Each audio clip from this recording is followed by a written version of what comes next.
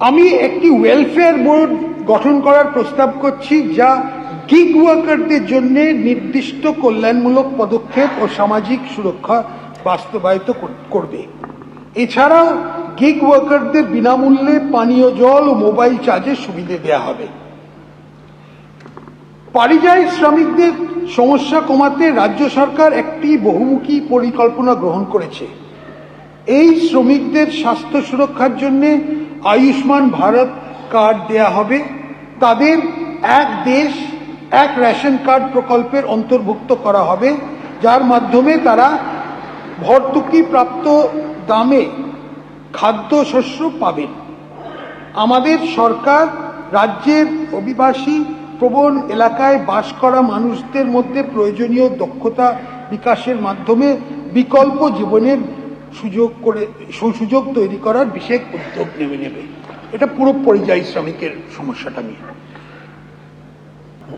শহরাঞ্চলে 4টি মা আহার কেন্দ্র চালু করা হয়েছে। এগুলোতে ডিম, মাছ, সবজি দিয়ে তৈরি সুষম পুষ্টিকর খাবার প্রতি বেলায় জনপ্রতি 5 টাকায় দেয়া হচ্ছে। ভবিষ্যতে আরো 210 এমন কেন্দ্র চালু করা হবে। বয়স্ক, বিধবা এবং বিশেষভাবে সক্ষম নাগরিকদের হলেন সমাজের সবচেয়ে বেশি অসুরক্ষিত। এদের মাসিক পেনশন 500 টাকা বাড়ানো প্রস্তাব আমি করছি।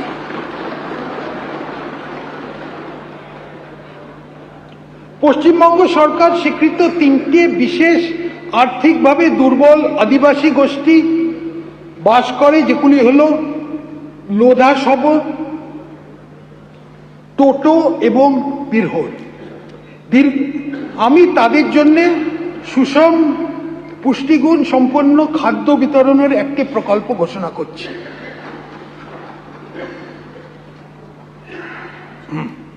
প্রতি সপ্তাহে এই আদিবাসী গোষ্ঠীগুলো প্রত্যেকটি পরিবারকে চাল, ডাল,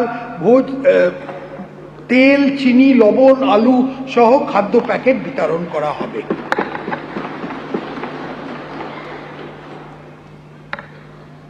রাজ্যে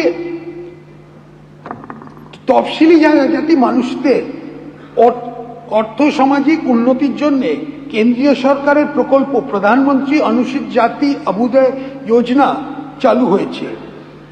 এই অর্থ বছরে 500 কোটি টাকা ব্যয় করে প্রায় 1500 থেকে 2000টি গ্রামকে এই প্রকল্পের অন্তর্ভুক্ত করা হবে বলে আশা করা যাচ্ছে।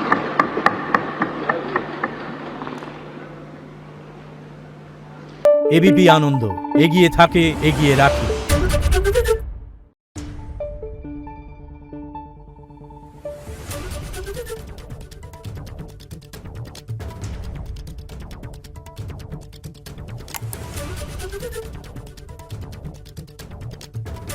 Thank you.